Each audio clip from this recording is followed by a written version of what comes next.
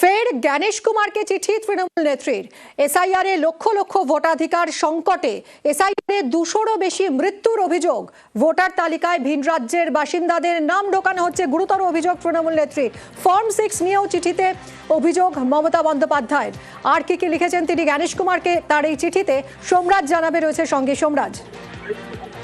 দেখো, মমতা বন্দ্যোপাধ্যায় ফের দেশের মুখ্য নির্বাচন কমিশনার জ্ঞানেশ কুমারকে চিঠি লিখলেন। যদিও যে চিঠি তিনি লিখেছেন তার তৃণমূল নেত্রী হিসাবে, অর্থাৎ তৃণমূল কংগ্রেসের চেয়ারপারসন হিসাবে মমতা বন্দ্যোপাধ্যায় এই চিঠি লিখলেন মুখ্য নির্বাচন কমিশনার জ্ঞানেশ কুমারকে, এবং চিঠিতে ফের গুরুতর অভিযোগ তুলেছেন মমতা বন্দ্যোপাধ্যায়।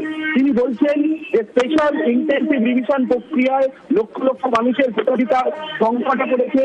তিনি এটাও বলছেন যে বিজেপির মদতে ভুয়োভাবে ফর্ম 6 জমা দিয়ে ভোটার তালিকায় যারা এই রাজ্যের বাসিন্দা নয় তাদের ঢোকানোর চেষ্টা চলছে।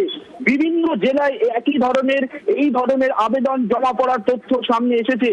তিনি এটাও বলছেন যে সুপ্রিম কোর্টের নির্দেশ অনুযায়ী ভোটার তালিকা সংক্রান্ত দাবি আপত্তি বিচারকদের মাধ্যমেই নিষ্পত্তি হওয়ার কথা, অর্থাৎ অ্যাডজুডিকেশনে থাকা ভোটারদের।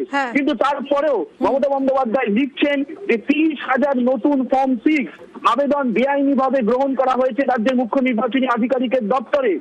সুপ্রিম কোর্টের নির্দেশ অনুযায়ী ফর্ম 6 নিয়ে রাজ্যের মুখ্য নির্বাচনী আধিকারিকের যে পদক্ষেপ করার কথা ছিল তা করা হয়নি রাজ্যের মুখ্য নির্বাচনী আধিকারিকের তরফে বলেও মমতা বন্দ্যোপাধ্যায় অভিযোগ এনেছেন। কিন্তু মমতা বন্দ্যোপাধ্যায় এটাও বলছেন যে নির্বাচন কমিশনের তরফে যথাযথ কোনো নোটিশ ছাড়াই এই সব আবেদন গ্রহণ করা হয়েছে।